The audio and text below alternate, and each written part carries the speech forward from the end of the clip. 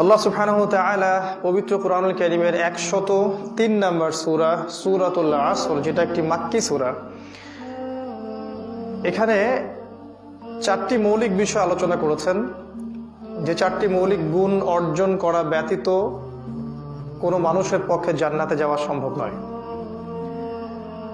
আর এই চারটি মৌলিক গুণ যদি আমরা অর্জন করতে ব্যর্থ হই, তাহলে কোনো সন্দেহ নাই যে আমরা ক্ষতিগ্রস্ত হব। আল্লাহ যখন বলেন যে তোমরা ক্ষতিগ্রস্ত হবে, তার মানে আমরা জাহান্নামে যাব, ইচ্ছায় হোক আর অনিচ্ছায় হোক। আল্লাহ রাব্বুল আলামিন এই সূরাটার মধ্যে বলছেন ওয়াল আসরি, সময়ের কসম, ইন্নাল ইনসানা লাফি খুসর। ইন্না মানে নিশ্চয়ই, আল ইনসান মানে মানুষ, পুরো মানব জাতি, লাফি মানে অবশ্যই, মধ্যে, খুসর মানে ক্ষতি। নিশ্চয়ই মানুষ অবশ্যই ক্ষতির মধ্যে নিমজ্জিত আছে। ইল্লাল্লাযীনা আমানু, তবে তারা ব্যতীত যারা ঈমান এনেছে, ওয়া আমিলুস সলিহাত, এবং সৎ আমল সম্পাদন করেছে, ওয়া তাওয়াসাউ বিল হাক্কি, পরস্পরকে সত্যের উপদেশ দিয়েছে, ওয়া তাওয়াসাউ বিস সবর, এবং পরস্পরকে ধৈর্যের উপদেশ দিয়েছে। এই চারটি গুণ অর্জন না করলে পুরো মানব জাতি ক্ষতির মধ্যে আছে। ঈমান, আমলে সালেহ, হকের উপদেশ, হকের দাওয়াত, সবর বা ধৈর্য। আমরা সংক্ষিপ্ত আকারে সূরাটাকে ব্যাখ্যা করার চেষ্টা করছি। আল্লাহ রাব্বুল আলামিন প্রথমে সময়ের কসম করেছেন। আল্লাহ সুবহানাহু ওয়া তাআলা অনর্থক কোনো কিছুর কসম করবেন না, এটাই স্বাভাবিক। আল্লাহ পাক যে বিষয়ের কসম করেন সেটা নিঃসন্দেহে খুবই গুরুত্বপূর্ণ একটা বিষয়। আর পবিত্র কোরআনে আল্লাহ পাক অনেক বিষয়ের কসম করেছেন, যেমন ওয়াতিন, ডুমুর ফলের কসম, ওয়া জাইতুন, জাইতুনের কসম, ওয়া তুর সিনিন, তুর পাহাড়ের কসম, সিনাই উপত্যকার কসম, ওয়া হাদাল বালাদিল আমিন, এই পবিত্র নগরী মক্কার কসম। আল্লাহ পাক অনেক কসম করেছেন। ওয়া শামসি, সূর্যের কসম, ওয়া দুহাহা, সূর্যের কিরণের কসম, ওয়া লাইলি, রাতের কসম। এরকম অনেক কসম আল্লাহ পাক কোরআনে করেছেন। আল্লাহ রাব্বুল আলামিন যখন কোনো বিষয়ের শপথ করছেন, কসম করছেন, আমাদেরকে বুঝে নিতে হবে সেই বিষয়টা আমাদের জন্য অত্যন্ত গুরুত্বপূর্ণ। এখানে একটা বিষয় বলে রাখি যে আল্লাহ রাব্বুল আলামিন তার সৃষ্টির নামে কসম করেন, কিন্তু সৃষ্টি মানে আমরা যারা সৃষ্টি, আমাদের জন্য আল্লাহ ছাড়া অন্য কারো নামে কসম করা জায়েজ নাই। যদি কসম করতেই হয় আল্লাহর নামেই কসম করতে হবে। রাসূলুল্লাহ সাল্লাল্লাহু আলাইহি ওয়াসাল্লাম বলেছেন মান হালাফা বিগাইরি ইসমিল্লাহি ফাকাদ কাফারা, যে ব্যক্তি আল্লাহ ছাড়া অন্য কিছুর নামে কসম করলো, সে ব্যক্তি আল্লাহর সাথে কুফরি করলো। যদি কসম করতেই চান আল্লাহর নামে কসম করতে হবে। এই যে আমরা কথায় কথায় বলি মাটির কসম, আগুনের কসম, বজ্র শপথ, অগ্নি শপথ, কথাগুলো আমরা বলি, মিডিয়ার মাধ্যমে কথাগুলো ছড়িয়ে দেওয়া হয়েছে, এগুলো কুফরি কথা। অজান্তে বললে হয়তো আল্লাহ পাক মাফ করতেও পারেন, জেনে শুনে কুফরি করলে সম্ভাবনা বেশি যে আল্লাহ পাক ক্ষমা করবেন না। যদি তওবা করে ফিরে আসে সেটা আলাদা বিষয়। আল্লাহ পাক সময়ের কসম করে আমাদেরকে বোঝাতে চাচ্ছেন মোটামুটি ভাবে তিনটা জিনিস। একটা হচ্ছে এই সময় আপনার জীবনের সবচেয়ে মূল্যবান বিষয়। একটা করে দিন রাত চলে যাচ্ছে, তার মানে হচ্ছে আমাদের হায়াতের যে গাছ আছে সেই গাছ থেকে একটা করে পাতা ঝরে পড়ছে। তো মানুষের চলাফেরা, দুনিয়াতে মানুষের চলাফেরা, ওঠা বসা, আচার ব্যবহার, মুআমেলাত দেখলে মনে হয় না যে মানুষকে পরকালে যাত্রা করতে হবে, এটা মনে হচ্ছে না এখন। অথচ আল্লাহ পাক সময়ের কসম করে আমাদেরকে বুঝাচ্ছেন যেটা হায়াতের কসম। আমাদের হায়াত আস্তে আস্তে আস্তে আস্তে চলে যাচ্ছে, আমরা বেখবর। ছোটবেলা থেকে শুরু করে আমাদের স্ট্রাগল শুরু হয়। স্কুল পড়বেন, কলেজ পড়বেন, ইউনিভার্সিটি পড়বেন, চাকরি বাকরি করবেন, বিয়ে শাদী করবেন, ব্যবসা বাণিজ্য করবেন, শেষ বয়সে গিয়ে হজ করে সব পাপ মাফ করিয়ে নেবেন। এই হচ্ছে আমাদের একটা কমন একটা ফিলোসফি আর কি, দর্শন। ইবলিসের এইটা দর্শন, সে মানুষকে সময় সম্পর্কে গাফেল করে রাখে। একটু চিন্তা করেন ঠান্ডা মাথায়, ধরে নেন যে আল্লাহ পাক আপনাকে 50 বছর আয়ু দিয়েছেন, ধরে নেন কথার কথা। এখন আপনার বয়স 30 বছর বা 40 বছর, কাগজে কলমে হিসাব হচ্ছে আপনার হায়াত বাকি আছে 10 বছর। এই 10 বছরের মধ্যে আপনি 2-3 বছর হয়তো গল্প গুজব করে নষ্ট করবেন, খাওয়া দাওয়ায় সময় নষ্ট করবেন, বাথরুমে সময় নষ্ট করবেন, আপনি বিভিন্ন কাজে ব্যস্ত থাকবেন।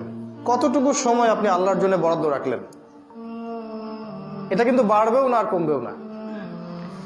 তো এই যে হিসেবগুলো আমাদের করা উচিত।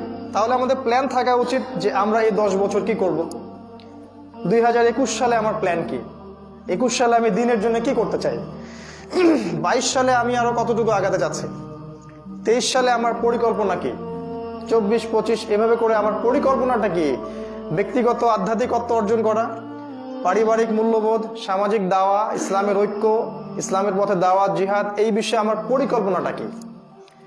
এই কাগজে কলমে হিসাবটা যদি আমরা করতে ব্যর্থ হই, তাহলে আল্লাহ পাক ওই যে সূরা আনআমে বলেছেন, সূরা আরাফের মধ্যে আছে এটা 179 নম্বর আয়াতে, উলাইকা কাল আনআম, এরা হচ্ছে গবাদি পশুর মতো, বাল হুম আদল, বরং তার চেয়ে এরা নিকৃষ্ট, ওয়া উলাইকা হুমুল গাফিলুন, এরা হচ্ছে গাফেল, তাদের পরিণতি সম্পর্কে অজ্ঞ, গাফেল। কারা এরা? আল্লাহ পাক বলছেন, লাহুম কুলুবুন লা ইয়াফকাহুনা বিহা, হৃদয় ছিল উপলব্ধি করতো না, ওয়া লাহুম আযানুন লা ইয়াসমাউনা বিহা, কান দিয়েছিলাম শুনতো না, ওয়া লাহুম আ'য়ুনুন লা ইউবসিরুনা বিহা, চোখ দিয়েছিলাম চোখ দিয়ে দেখতো না। উলাইকা কাল আনআম, এরা গবাদি পশুর মতো, বাল হুম আদল, এরা হচ্ছে তার চেয়ে নিকৃষ্ট, ওয়া উলাইকা হুমুল গাফিলুন, এরা গাফেল। এদেরকে দিয়ে আল্লাহ পাক জাহান্নাম পূর্ণ করবেন বলেছেন, ওয়ালাকাদ যারা'না লিজাহান্নামা কাসীরাম মিনাল জিন্নি ওয়াল ইনস, প্রচুর মানুষ এবং জিন দিয়ে আমি জাহান্নাম পূর্ণ করব এই গাফেল সম্প্রদায়কে দিয়ে। তো সময় সম্পর্কে যদি আমরা সচেতন না থাকি, তাহলে আমরাও গাফেলদের অন্তর্ভুক্ত হব, কোনো সন্দেহ নাই। তাই আমাদের সবার উচিত লাইফস্টাইলটাকে চেঞ্জ করা এবং লাইফের শিডিউল, প্ল্যান, পরিকল্পনা করা, যে আমার হায়াত কতটুকু বাকি থাকতে পারে। একটা ধরে নিলাম অ্যাপ্রক্সিমেটলি এই উম্মার গড় আয়ু 60 বছর, এবার হিসাব করে আগান। আরেকটা বিষয় আল্লাহ পাক সময়ের কসম করে আমাদেরকে বোঝাতে যাচ্ছেন, সেটা হচ্ছে যে স্পেশালি আমরা যারা শেষ জামানার মানুষ, আমরা যারা উম্মতে মুহাম্মাদি শেষ জামানার মানুষ, রাসূলুল্লাহ সাল্লাল্লাহু আলাইহি ওয়াসাল্লামের ইন্তেকাল থেকে নিয়ে এখন পর্যন্ত প্রায় 1400 বছর পার হয়ে গেছে। তো এই 1400 বছর পরের আমরা যারা মানুষ, এই যে মানুষগুলো আছি আমরা শেষ জামানার মানুষরা, তারা সবচেয়ে বেশি ক্ষতির মধ্যে থাকবে। কারণ সময় যত গড়াবে, দুনিয়াতে ফিতনা ফাসাদ তত বেশি আসতে থাকবে। আপনি যদি কোরআন এবং হাদিস থেকে শেষ জামানার আলামতগুলো পড়াশোনা করেন, দেখবেন যে 90 থেকে 95% আলামত আমরা দু চোখ দিয়ে দেখতে পাচ্ছি। এখন উঁচু উঁচু বিল্ডিং, সমাজের সমস্ত মানুষ সুদ খাচ্ছে, ব্যাপক হারে মানুষ জিনা করছে, ব্যভিচার করছে, পরকীয়া করছে, ধর্ষণ হচ্ছে, ঘুষ খাচ্ছে, দুর্নীতি করছে, খুন হচ্ছে, হত্যা হচ্ছে, রাহাজানি হচ্ছে, মুসলিমদেরকে হত্যা করা হচ্ছে, ইসলামী খেলাফা উঠে যাচ্ছে, আল্লাহ বিরোধী আইন শাসন বাস্তবায়ন হচ্ছে। এমন কোনো সাইন বা আলামত আমরা দেখি না কোরআন হাদিস থেকে যেটা এই জামানায় আসলে বাস্তবায়িত হয়নি, যেগুলো শেষ জামানার সাইন। ওইটা নিয়ে আলাদা কথা হবে ইনশাআল্লাহ রাতের বেলা। তো শেষ জামানায় আমরা যারা বাস করছি, আমাদের জন্য সময়টা আরো বেশি সংকীর্ণ, কারণ এই জামানাতেই মাসিহুদ দাজ্জালের ফিতনা বের হবে। আর দাজ্জাল সম্পর্কে নবী সাল্লাল্লাহু আলাইহি ওয়াসাল্লাম বলেছেন, এ হচ্ছে ইতিহাসের সবচেয়ে বড় ফিতনা। তার মানে শেষ জামানার যে মানুষগুলো আছে, এরা সবচেয়ে বেশি ক্ষতির মধ্যে থাকবে।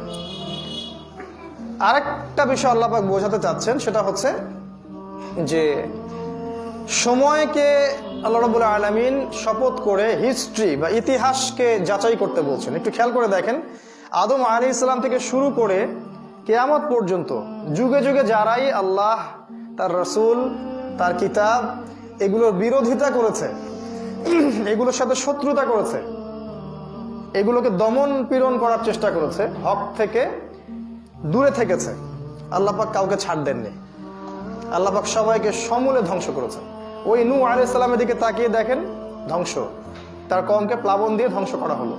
আদ জাতির দিকে তাকান, সুঠাম দেহের অধিকারী সবাই, আল্লাহ পাক ঝড় দিয়ে ধ্বংস করে দিলেন। সামুদ জাতি, তারাও সুঠাম দেহী, আল্লাহ পাক বজ্রপাত দিয়ে প্রচন্ড শব্দ দিয়ে ধ্বংস করে দিলেন।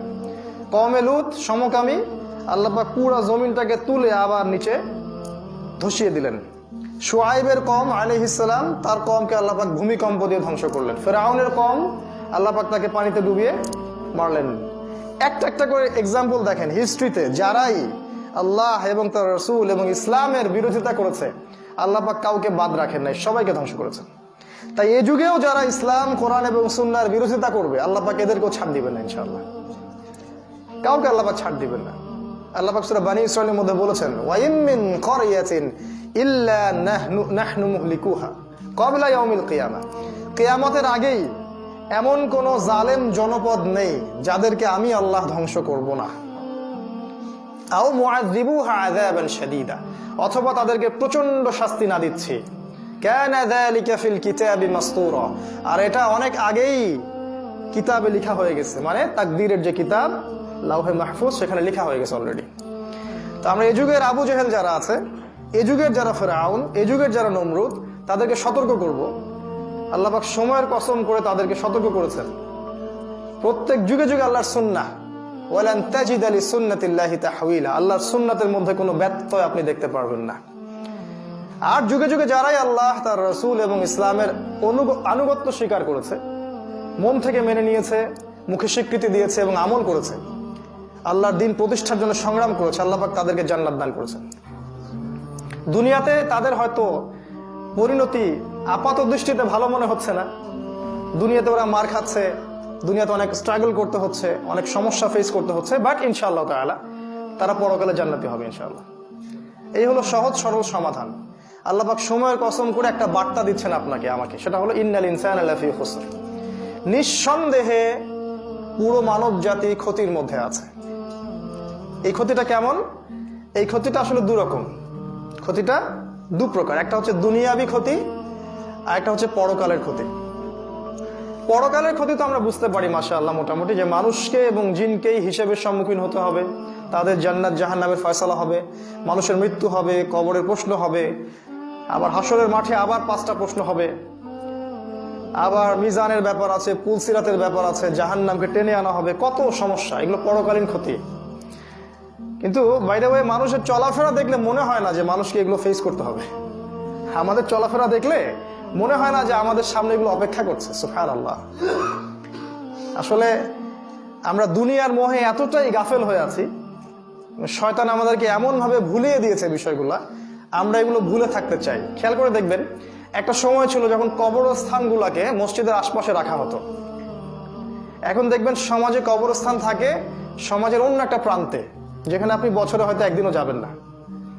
প্রতিদিন মানুষ নামাজে যাবে আসবে, সে কবরস্থানের পাশ দিয়ে যাবে, দেখবে আমাকে মৃত্যুবরণ করতে হবে। এটা ছিল রাসূলের সুন্নাহ। এখনো দেখেন নববীর পাশে বাকিউল গারকাদ মদিনার নববীর মসজিদের পাশেই আছে। তো এই গডলেস সভ্যতা, এই যে পশ্চিমা সভ্যতা এবং এই যে সেকুলার যারা সোসাইটি আছে, এরা মানুষকে পরকাল থেকে দূরে রাখতে চায়। এরা চায় না মানুষ পরকালীন জীবন নিয়ে চিন্তা করুক। কারণ যদি কোনো মানুষ পরকাল নিয়ে চিন্তা করে এবং তার আল্লাহর সামনে দাঁড়াতে হবে, জবাবদিহিতা করতে হবে, এই বিষয়গুলোকে নিয়ে যদি চিন্তা ভাবনা করে, তাহলে তার পক্ষে পাপ করা সম্ভব না, বা করলেও ইনশাল্লাহ সে আল্লাহর কাছে ফিরে আসবে তওবা করবে।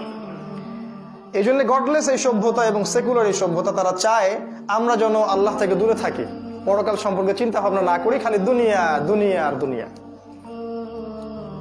আল্লাহ পাকের কাছে দুনিয়ার মূল্য কতটুকু? একটা মাছির ডানার চেয়েও কম। একটা হাদিসে এসেছে, যদি আল্লাহর কাছে এই দুনিয়ার মূল্য হতো একটা মাছির ডানার সমানও, তাহলে আল্লাহ পাক কোনো কাফের মুশরিককে এক ঢোক পানি খেতে দিতেন না। আল্লাহ পাক বলেছেন প্রত্যেক মানুষ ক্ষতির মধ্যে আছে। একটা ক্ষতি পরকালের ক্ষতি, একটা হচ্ছে ইহকালীন ক্ষতি। ইহকালীন ক্ষতিটা কেমন? ইহকালীন ক্ষতিটা এমন, একটু খেয়াল করে দেখেন যে আমাদের জীবনের যতগুলো সেক্টর আছে, ব্যক্তি জীবন, পারিবারিক জীবন, আপনার সামাজিক জীবন, আপনার অর্থনৈতিক জীবন বা পলিটিক্যাল লাইফ বা রাষ্ট্রীয় জীবন, প্রত্যেকটা জীবনে আপনি দিকে তাকাবেন, দেখবেন প্রতিটা সমস্যার মূল কেন্দ্র হচ্ছে মানুষ। কোন সমস্যা আল্লাহ পাক আসমান থেকে নাজিল করে দেন না, এর দলিল কোরআনেই আছে।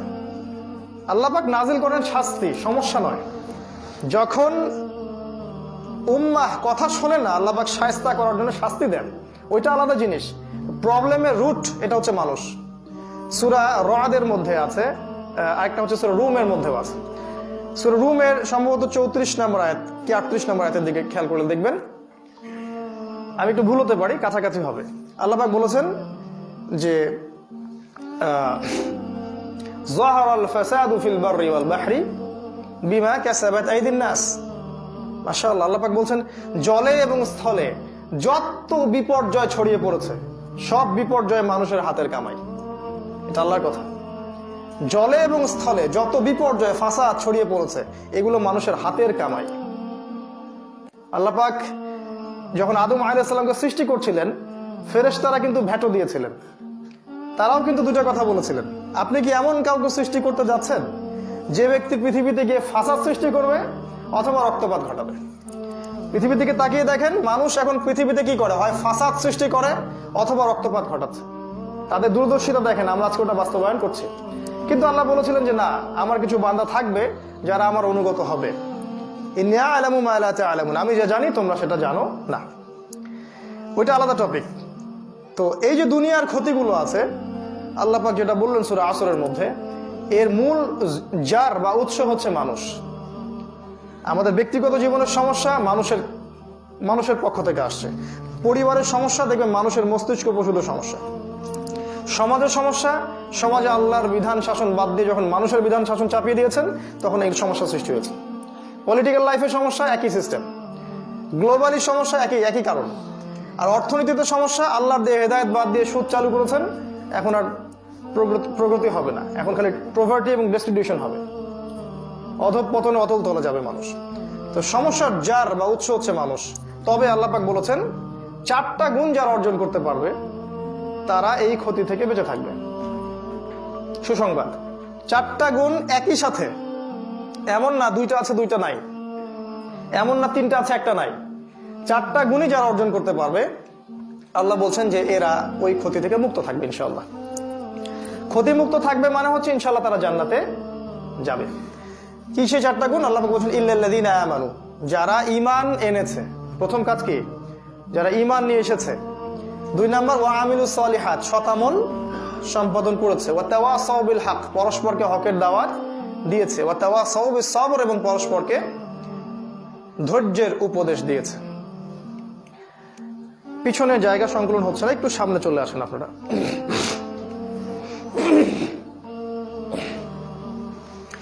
তাহলে আমরা বুঝতে পারছি যে আমাদেরকে প্রথম যে কাজটা করতে হবে সেটা হচ্ছে ঈমান।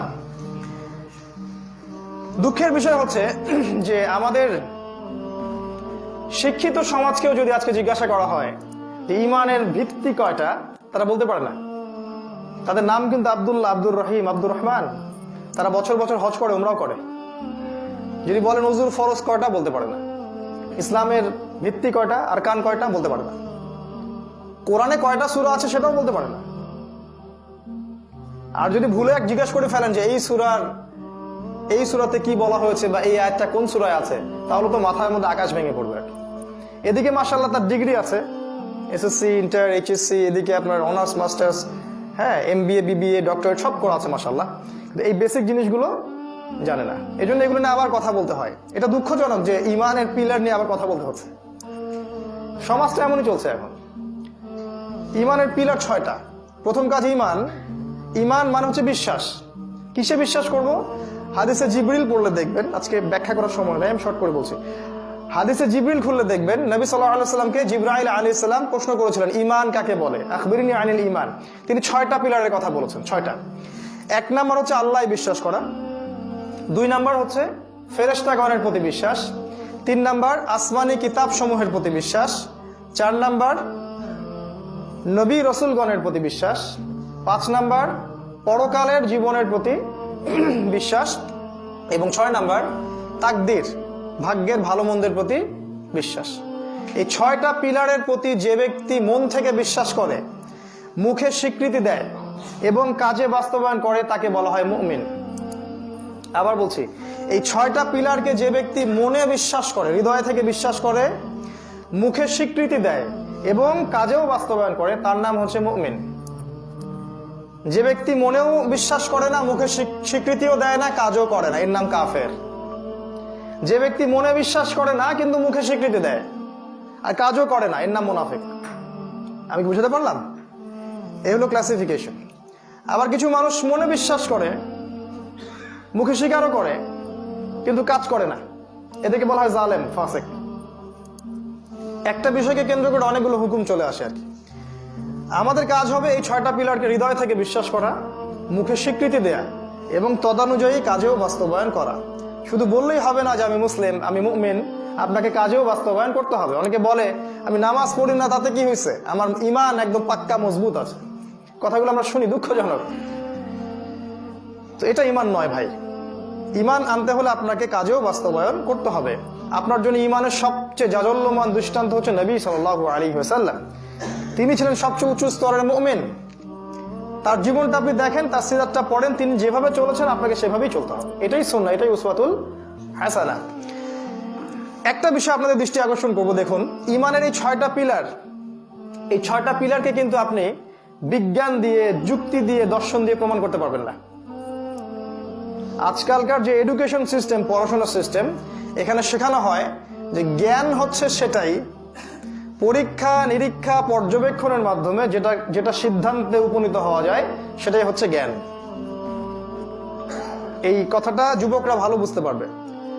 এখন আল্লাহকে ল্যাবরেটরিতে প্রমাণ করা যাচ্ছে না, অতএব আল্লাহর অস্তিত্ব নাই।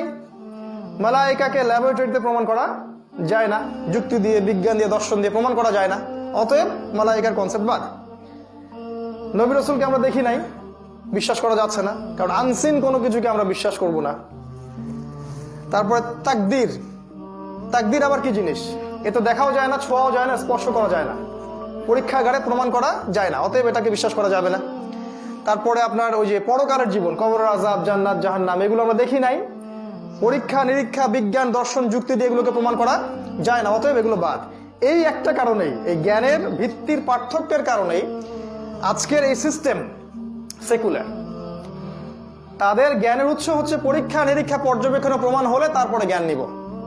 আর আমাদের জ্ঞানের ভিত্তি হচ্ছে আল্লাযীনা ইউমিনুনা বিল গায়বি, যারা অদৃশ্যে বিশ্বাস করে। আল্লাহকে দেখি নাই, বিশ্বাস করি। রাসূলগণকে দেখিনি, বিশ্বাস করি। ফেরেশতাগণকে দেখেছি, দেখি নাই, বিশ্বাস করি। আসমানি কিতাব একটাও দেখেছেন আগেরগুলা? দেখেন নাই, বিশ্বাস করতে হয়। তাকদীর দেখেছেন কখনো? তাকদীর বিশ্বাস করতে হয়। পরকালের জীবন, মৃত্যু, কবর, হাসর নাসর, কবরের আযাব দেখেছেন? বিশ্বাস করতে হয়। আমাদের বিশ্বাসের ভিত্তি হচ্ছে গায়েব। আর ওই পশ্চিমা সভ্যতা এবং তার যত দোসর আছে সারা ওয়ার্ল্ডে, তাদের জ্ঞানের ভিত্তি হচ্ছে পরীক্ষা নিরীক্ষা, যুক্তি, বিজ্ঞান আর দর্শন। এই জায়গাটা শেকড়ের পার্থক্য আছে ওদের সাথে আমাদের। এই কারণে ওরা গডলেস ওয়ার্ল্ড, আল্লাহহীন একটা সভ্যতা। আর ওই সভ্যতার কার্বন কপি এখন সমস্ত মুসলিম দেশে, প্রতিটা মুসলিম কান্ট্রিতে এখন সেই সভ্যতাই চলছে। আর আমাদের ছেলেমেয়েরা যে এডুকেশন সিস্টেমে পড়াশোনা করছে, এটা ওই গডলেস এডুকেশন সিস্টেম। ওরা কখনোই গায়েবে বিশ্বাস করবে না। ইভেন তারা কখনো ইনশাআল্লাহ কথাটাও বলবে না। ইনশাআল্লাহ বললেও আপনি মৌলবাদী হয়ে যাবেন। ব্যাপারটা এরকম আর কি। যাই হোক, ঈমানের এই 6টা পিলার, আমাদের কাজ হবে মনে বিশ্বাস করা, কাজে বাস্তবায়ন করা আর মৌখিক স্বীকৃতি দেয়া। 2 নাম্বার, ঈমানের পরপর যে কাজটা, সেটা হলো ওয়া আমিলুস সলিহাত, আমলে সালেহ করতে হবে, সৎ আমল করতে হবে। এখন আমলে সালেহ এর সংজ্ঞাটা কি? সহজ কথায় সংজ্ঞা হচ্ছে, আল্লাহ পাক তার পাক কালামের মধ্যে, কুরআনুল কারীমের মধ্যে এবং নবী সাল্লাল্লাহু আলাইহি ওয়াসাল্লাম হাদিসের কিতাবগুলোর মধ্যে যত ভালো কাজ করতে বলেছেন সবই আমলে সালেহ। আল্লাহ এবং তার রাসূল সাল্লাল্লাহু আলাইহি ওয়াসাল্লাম কোরআন এবং হাদিসে যত ভালো কাজ করতে বলেছেন সবই আমলে সালেহ। ফর এক্সাম্পল, সালাত, 5 ওয়াক্ত সালাত আপনার আমলে সালেহ। আপনি যাকাত দিবেন সামর্থ্য হলে, আমলে সালেহ। সামর্থ্য হলে আপনি হজ করবেন, উমরা করবেন, আমলে সালেহ। রমাজানে সওম রাখবেন, আমলে সালেহ। ইভেন আপনি আপনার স্ত্রীর সাথে হাসি মুখে কথা বলছেন বা তার সাথে আপনি যে মিলিত হচ্ছেন দোয়া পড়ে, সেটাও আমলে সালেহ। বাথরুমে ঢুকছেন, দোয়া পড়ে, এটাও আমলে সালেহ। ঘুমাচ্ছেন, বিসমিল্লাহি আল্লাহুম্মা বিসমিকা আমুতু বলে, এটাও আমলে সালেহ। একজন মুমিন ভাইয়ের সাথে হাসি মুখে কথা বলছেন, সেটাও আমলে সালেহ। আপনি জুমার নামাজ পড়তে আসছেন, প্রতি পদক্ষেপ ফেলে ফেলে আসলেন, এগুলো আমলে সালেহ। মানে প্রতিটা কাজ, মুমিনের প্রত্যেকটা কাজ যদি সুন্নাহ মোতাবেক হয়, রাসূলের আদর্শ মোতাবেক হয়, প্রতিটা কাজই হচ্ছে আমলে সালেহ। এটা নিয়ে আলাদা খুতবা দেওয়া যেতে পারে। তো সমস্যা অন্য জায়গায়। সমস্যা হচ্ছে আল্লাহ এবং তার রাসূল কোরআন এবং হাদিসে যত কাজ থেকে আমাদেরকে নিষেধ করেছেন, সেই কাজগুলো থেকে দূরে থাকাও কিন্তু আমলে সালেহ। এই জায়গায় আমাদের সমস্যা। কারণ আমরা কাজ তো করতে চাই অনেক, কিন্তু নিষেধগুলো বর্জন করতে চাই না। খেয়াল করে দেখবেন, মাশাআল্লাহ 5 ওয়াক্ত নামাজ পড়ে আবার সুদও খায়, বছর বছর হজ উমরা করে আবার ঘুষও নিচ্ছে, দুর্নীতিও করছে, মানুষের সম্পত্তি আত্মসাৎও করছে, বোনের জমি দিচ্ছে না, পিতামাতার খেয়াল রাখছে না, ভাইয়ের সাথে ভাইয়ের শত্রুতা, প্রতিবেশীর সাথে প্রতিবেশীর শত্রুতা। মানে আমরা কিন্তু নিষেধ ছাড়তে চাই না, আমরা আমল করতে চাই। আল্লাহ রাসূল যে আদেশ করেছেন আমল করতে চাই, মাশাআল্লাহ, এখানে কার আপত্তি নাই, কিন্তু নিষেধ ছাড়তে চাই না। তাদের জন্য আল্লাহ পাক একটা সুসংবাদ দিয়েছেন। সূরা বাকারার মধ্যে আছে আয়াত নাম্বার 85 এবং 86, আল্লাহ পাক বলেছেন, আফাতুমিনুনা বিবা'দিল কিতাব ওয়া তাকফুরুনা বিবা'দ। তোমরা কি কোরআনের মানে শরীয়তের কিছু অংশকে মানো আর কিছু অংশকে মানো না? তোমরা কি কিতাবের কিছু অংশকে মানো আর কিছু অংশকে মানো না? ভালো কাজ করো, খারাপ কাজ ছাড়ো না। অনেকটা এমন, যারা এই কাজ করবে তাদের জাযা। ওয়া মা ইয়াফআল মিনকুম যালিক আফাতুমিনুনা বিবা'দিল কিতাব ওয়া তাকফুরুনা বিবা'দ ওয়া মা ইয়াফআলু যালিক, যে ব্যক্তি এই কাজগুলো করবে তার জাযা হচ্ছে ইল্লা খিজিউন ফিল হায়াতিদ দুনিয়া, এই দুনিয়াতেই আল্লাহ পাক তাদেরকে লাঞ্ছিত করবেন। এটা শাস্তি, আল্লাহ পাক এই দুনিয়াতেই তাদেরকে লাঞ্ছিত করবেন। আমাদের এই লাঞ্ছনার মূল কারণ হচ্ছে আমরা কিতাবের কিছু অংশকে মানি, কিছু অংশকে মানি না। এটাই বাস্তবতা। আমরা নামাজ পড়তে চাই, সুদ ছাড়তে চাই না। আমরা যাকাত দিতে চাই, আমরা এদিকে ঘুষ ছাড়তে চাই না। আমরা রমজান মাসে রোজা রাখতে চাই, গীবত, তহমত, হিংসা, বিদ্বেষ ছাড়তে চাই না। আমরা বছর বছর হজ উমরা করতে চাই, আল্লাহ পাকের শরিয়া বাস্তবায়ন করতে চাই না। আমরা মসজিদের কোনায় বসে তসবিহ টিপতে চাই, আল্লাহর পথে দাওয়াত জিহাদ করতে চাই না। আমরা কিছু অংশ মানি, কিছু অংশ মানি না। এই কারণে আল্লাহ পাক বলেছেন যে তোমাদেরকে আমি লাঞ্ছিত করবো। এই যে লাঞ্ছিত হচ্ছি আমরা। আল্লাহ আরো কঠিন কথা বলেছেন, আজকে আমি অত কিছু সময় পাচ্ছি না। আল্লাহ আরো কঠিন কথা বলেছেন, সেটা হচ্ছে যে তোমরা যদি দায়িত্ব পালন না করো, হে উম্মতে মুহাম্মাদি, তোমরা যদি দায়িত্ব পালন না করো, আমানতের খেয়ানত করো, ইস্তাবদিল কওমান গায়রাকুম, আল্লাহ পাক অন্য কওমকে তোমাদের জায়গায় নিয়ে আসবেন, তোমাদেরকে সরিয়ে দিবেন, দিয়ে আল্লাহ অন্য কওমকে তোমাদের জায়গায় নিয়ে আসবেন। সুম্মা লা ইয়াকুনু আমসালাকুম, ওরা তোমাদের মতো অকৃতজ্ঞ হবে না। এটা আল্লাহর কথা, সূরা মুহাম্মাদের মধ্যে আছে। সূরা তাওবার মধ্যে আরো এসেছে, যদি তোমরা বের না হও আল্লাহ পাক তোমাদেরকে ভয়ঙ্কর শাস্তি দিবেন। তো আমাদের উচিত হবে প্রিয় ভাইয়েরা যে আমরা যেন কোরআনের আদেশগুলোও মানি, হাদিসের আদেশগুলোও মানি, এট দ্য সেম টাইম আমরা যেন নিষেধগুলো থেকেও দূরে থাকি। যদি না করি তাহলে আমল সালেহ এর ডেফিনেশন পূর্ণ হবে না। এটা 2 নাম্বার। 3 নাম্বার হচ্ছে ওয়াতাওয়াসাউ বিল হক। ঈমান এনেছি মাশাআল্লাহ, আমল সালেহ করছি মাশাআল্লাহ, এখন হচ্ছে ওয়াতাওয়াসাউ বিল হক, পরস্পরকে হকের উপদেশ দেয়া, হকের দাওয়াত দেয়া। তো হকের দাওয়াত দেওয়ার জন্য আগে জানতে হবে যে হকটা কি জিনিস। আমি যদি আমার মস্তিষ্ক থেকে একটা দর্শন বের করি, সেটা কি হক? আমি যদি আমার মস্তিষ্ক থেকে একটা মতবাদ বের করি, সেটাই কি হকের মানদণ্ড হবে? আমি যদি নিজের মন গড়া একটা সংবিধান রচনা করি, এটাই কি চূড়ান্ত হক? হকের সংজ্ঞাটা আসলে কি?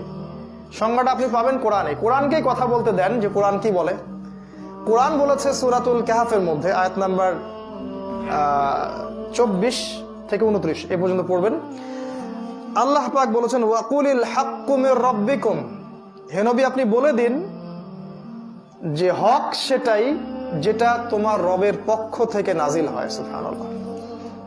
হক সেটাই, সত্য সেটাই যেটা তোমার রবের পক্ষ থেকে নাজিল হয়। ফামান শাআ ফালইউমিন, যার ইচ্ছা হয় সে ঈমান নিয়ে আসুক, ওয়ামান শাআ ফালইয়াকফুর, যার ইচ্ছা হয় সে অস্বীকার করুক। আল্লাহ পাক জোর জবরদস্তি করবেন না। ইন্না আ'তাদনা লিয-যালিমিনা নারা, যারা অস্বীকার করবে আমি ওই জালেমদের জন্য পরকালে আগুন প্রস্তুত করে রেখেছি। দুনিয়াতে হয়তো আমি ছাড় দিব, পরকালে আমি ছেড়ে দিব না। তো হকের সংজ্ঞা এখান থেকে নিতে হবে। আল হাক্কু মির রাব্বিক ফালা তাকুনান্না মিনাল মুমতারিন, হে নবী হক তোমার রবের পক্ষ থেকে আসে, তুমি সন্দেহবাদীদের অন্তর্ভুক্ত হয়ো না। এখন প্রশ্ন যে হক যদি আল্লাহর পক্ষ থেকে আসে, তো আল্লাহর পক্ষ থেকে কি এসেছে? রবীন্দ্রনাথের কবিতা, নজরুলের দর্শন, পশ্চিমা সভ্যতার দর্শন, কার্ল মার্কসের দর্শন, ডেমোক্রেসি, গণতন্ত্র, সেকুলারিজম, জাতীয়তাবাদ, কি আসছে আল্লাহর পক্ষ থেকে? আল্লাহর পক্ষ থেকে আসছেটা কি? সিম্পল প্রশ্ন। এর আগে আসছে তাওরাত, তখন তাওরাত ছিল হক। তারপরে জাবুর ছিল ওই সময়ের হক। তারপর ইনজিল ওই সময়ের হক। এখন কোন কিতাব আমার কাছে বাকি আছে? আল্লাহ পাকের কোন কিতাব এবং কোন নবীর সুন্নাহ কিয়ামত পর্যন্ত থাকবে? সিম্পল উত্তর, আল্লাহর কিতাব কোরআন, রাসূলের সুন্নাহ হাদিস। নবীজি শেষ ভাষণে কি বলে গেলেন? তারাকতু ফিকুম আমরাইন, আমি দুটো বস্তু ছেড়ে যাচ্ছি, লান তাদিল্লু মা তামাসসাকতুম বিহিমা, কোনোদিন পথভ্রষ্ট হবে না যতদিন পর্যন্ত তোমরা এই দুটাকে আঁকড়ে ধরে থাকবে, মারির দাঁত দিয়ে কামড়ে থাকবে, কোনোদিন পথভ্রষ্ট হবে না। কিতাব আল্লাহ, আল্লাহর কিতাব আল কোরআন ওয়া সুন্নাত নবী, তার নবীর সুন্নাহ হাদিস, এর বাইরে কিছু নাই। কেউ যদি মনে করে আল্লাহর এই হকের বাইরেও হকের কোন উৎস আছে, সে ব্যক্তি নিশ্চিত কাফের, কোনো ডাউট নাই। কেউ যদি মনে করে যে কোরআন এবং সুন্নাহ হকের চূড়ান্ত মানদণ্ড নয়, আমার বুদ্ধি, আমার যুক্তি, আমার দর্শন, আমার মতবাদ এর চেয়ে ভালো, সে ব্যক্তি নিশ্চিত কাফের। দলিল সূরা মাইদা আয়াত নম্বর 44, 45 এবং 47। ওমান লাম ইয়াহকুম বিমা আনজালাল্লাহ, আল্লাহর নাজিলকৃত বিধান দিয়ে যে বিচার ফয়সালা করে না, ফাউলাইকা হুমুল কাফিরুন, তারা কাফেরদের অন্তর্ভুক্ত। আল্লাহ আরো বলেছেন ফাউলাইকা হুমুজ জালিমুন, তারা জালেমদের অন্তর্ভুক্ত। ফাউলাইকা হুমুল ফাসিকুন, তারা ফাসিকদের অন্তর্ভুক্ত। অতএব হকের মানদণ্ড হবে কোরআন এবং সুন্নাহ। এই হকটাকে আগে নিজে ধারণ করা, এরপরে আপনি আপনার পরিবারের উপর বাস্তবায়ন করুন, আপনার সামর্থ্য থাকলে আপনি সমাজে বাস্তবায়ন করুন, আপনাকে যদি আল্লাহ পাক রাষ্ট্রীয় ক্ষমতা দেন তাহলে রাষ্ট্রে বাস্তবায়ন করতে হবে। যে যে সেক্টরের দায়িত্বশীল তাকে আল্লাহ পাক সেই সেক্টর সম্পর্কে জিজ্ঞাসা করবেন। আমাকে আল্লাহ পাক জিজ্ঞাসা করবেন না যে রাষ্ট্রীয়ভাবে তুমি হক প্রতিষ্ঠা কেন করো নাই, নো, আপনাকে জিজ্ঞাসা করবে, কারণ আল্লাহ পাক আপনাকে ওই দায়িত্ব দিয়েছেন। আপনাকে আমাকে জিজ্ঞাসা করবে কি আপনি আমি ব্যক্তি জীবনে বাস্তবায়ন করেছি কিনা, পরিবারে বাস্তবায়ন করেছি কিনা, এবং আমাদেরকে আল্লাহ যে ক্ষেত্র দিয়েছিলেন দাওয়াতের ক্ষেত্র, এখানে আপনি বাস্তবায়ন করেছেন কিনা। যার দায়িত্ব যত উঁচু তার হিসেব হবে তত কঠিন। কিয়ামতের মাঠে আল্লাহ পাকের সামনে সবাইকে খালি পায়ে ন্যাংটা হয়ে দাঁড়াতে হবে, কোনো কাপড় চোপড় থাকবে না, খুব কঠিন বিষয়। অতএব হকের সাথে গাদ্দারি যেন আমরা না করি, হকটাকে আমরা বাস্তবায়ন করি ব্যক্তি জীবনে। আমাদের ব্যক্তি জীবন, পারিবারিক জীবন আগে। আল্লাহ পাক বলেছেন কু আনফুসাকুম ওয়া আহলিকুম নার, আগে নিজে বাঁচো, পরিবারকে বাঁচাও, তারপর আমাদের সামর্থ্য থাকলে আমরা সমাজে নামবো। আল্লাহ পাক যদি ক্ষমতা দেন, বিশ্বে ইসলামী হুকুমত কায়েম হবে ইনশাআল্লাহ আযজা ওয়া জাল। আর এই বিষয়ে কোনো সন্দেহ নাই, মুসলিমদের হীনমন্যতায় ভোগার কোনো কারণ নাই যে ইসলাম বিশ্বে বিজয়ী হবে না। ইসলামই বিশ্বে বিজয়ী হবে ইনশাআল্লাহ তাআলা আগামী অল্প কিছু সময় পরে। এখন যা দেখছেন এগুলোর কিছুই থাকবে না ইনশাআল্লাহ তাআলা। সবকিছু আল্লাহ পাক পরিবর্তন করে দিবেন যদি আমাদের মধ্যে সেই ঈমান, সেই চেতনা থাকে এবং সেই প্রচেষ্টা থাকে। খালি দোয়া দিয়ে হবে না, দোয়ার সাথে সাথে কাজও করতে হয়। আল্লাহ পাক ওয়াদা করেছেন, আল্লাহ পাক বলেছেন যে হুয়াল্লাযী আরসালা রাসূলাহু বিল হুদা ওয়া দীনিল হক, তিনি সেই আল্লাহ যিনি তার রাসূলকে প্রেরণ করেছেন হেদায়েত সহ এবং দ্বীনে হক সহ, লিইয়ুযহিরাহু আলা দ্বীনি কুল্লি, যাতে করে ইসলাম অন্য সব দ্বীনের উপর বিজয়ী হতে পারে। ওয়ালাউ কারিহাল মুশরিকুন, যদিও বা কাফেররা এটা পছন্দ করবে না, মুশরিকরা পছন্দ করবে না। আল্লাহ বলেছেন যে ওয়া আনতুম ওয়ালা তাহিনু ওয়ালা তাহজানু, হীনবল হয়ো না, দুশ্চিন্তাগ্রস্ত হয়ো না। ওয়া আনতুমুল আ'লাউনা, তোমরাই বিজয়ী হবে। ইন কুনতুম মুমিনিন, যদি তোমরা মুমিন হয়ে থাকো। ওই যে ঈমানের কথা বললাম। আল্লাহ আরো বলেছেন ওয়ালা তাহিনু, তোমরা হীনবল হয়ো না। ওয়া তাদউ ইলা সালম, তোমরা ওদেরকে শান্তি চুক্তির দিকে ডেকো না, ওদের সাথে শান্তি চুক্তির দিকে ডাকার দরকার নাই। ওয়া আনতুমুল আ'লাউনা, তোমরাই বিজয়ী হবে। ওয়াল্লাহু মাআকুম, আল্লাহ তোমাদের সাথে আছেন। ওয়ালা ইয়াতিরাকুম আ'মালাকুম, আল্লাহ তোমাদের আমল বিনষ্ট করবেন না।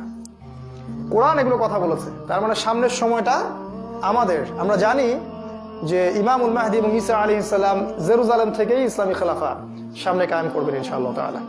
এবং সারা বিশ্বের এমন কোনো কাঁচা বাড়ি বা পাকা বাড়ি বাদ থাকবে না যেখানে ইসলামের কালিমা প্রবেশ করবে না। বিইজ্জা আজিজ আও যিল্লা যালিল, সম্মানের ঘরে সম্মানের সাথে, অসম্মানের ঘরে অসম্মানের সাথে। কেউ যদি এটা মেনে নেয় তাহলে সে সম্মানী হবে, কেউ যদি ইসলামের এগেইনস্টে যুদ্ধ করতে চায় সে লাঞ্ছিত হবে ইনশাআল্লাহ। এই হকটাকে আমাদেরকে প্রচার করতে হবে। এই হক প্রচার করতে গিয়ে একটা রিকোয়েস্ট থাকবে যে এখানে দল মতের সংকীর্ণতা নিয়ে আসবেন না কাইন্ডলি। উম্মার জন্য এই সময়টা খুবই খুবই সেন্সিটিভ একটা সময়। এখন যদি আমরা বিভিন্ন দলে বিভক্ত হয়ে যাই তাহলে আমাদের ধ্বংসকে ঠেকাতে পারবে না। আল্লাহ, কোরআন, সুন্নাহ, রাসূল এগুলো নিয়ে কারো মধ্যে কোনো ইখতিলাফ নাই।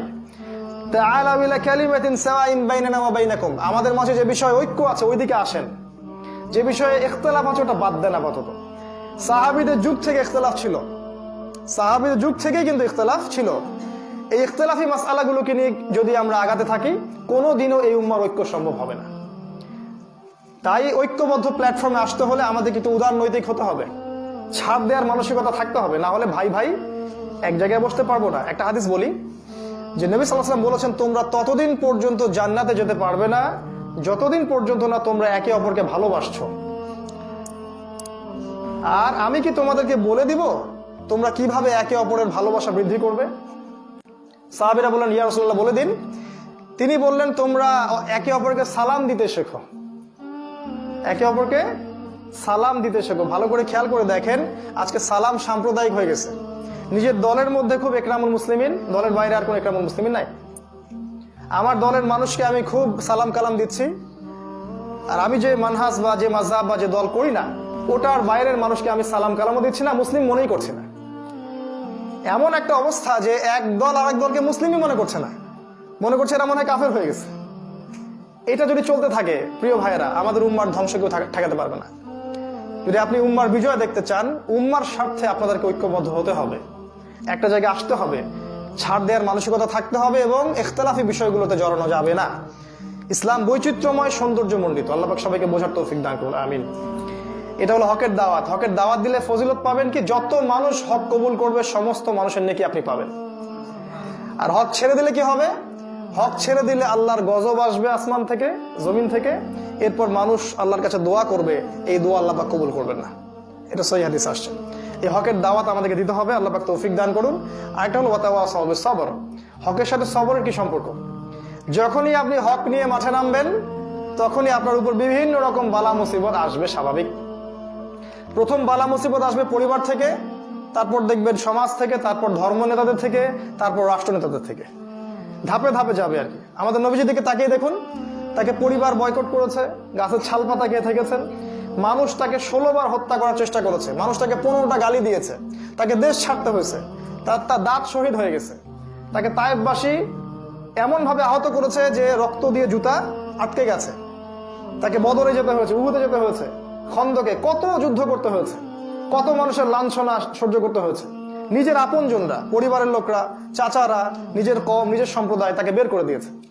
এটাই সুন্নাহ, এটাই সুন্নাহ। হকের পথে থাকলে এরকম বিপদ আপদ বালা মুসিবত আসবে, তখনই সবর করতে হবে। ইন্নাল্লাহা মা'আস সাবিরিন, আল্লাহ পাক সবরকারীদের সাথেই আছেন। ওয়ালা তাহিনু, তোমরা হীনবল হও না। ইন্নাল্লাহা মা'আস সাবিরিন, আল্লাহ পাক সবরকারীদের সাথেই আছেন। প্রত্যেক নবী রাসূলকে সবর করতে হয়েছে, রাসূল সাল্লাল্লাহু আলাইহি ওয়াসাল্লামকে করতে হয়েছে, এবং সাহাবায়ে কেরাম সবরের দৃষ্টান্ত রেখে গেছেন। তাই আজকেও যদি আমরা ঈমান নিয়ে আসি, আমল সালেহ করি এবং হকের দাওয়াত দিই, তখন বিভিন্ন রকম চাপ আসবে, তখন আপনাকে আমাকে সবর করতে হবে। সবর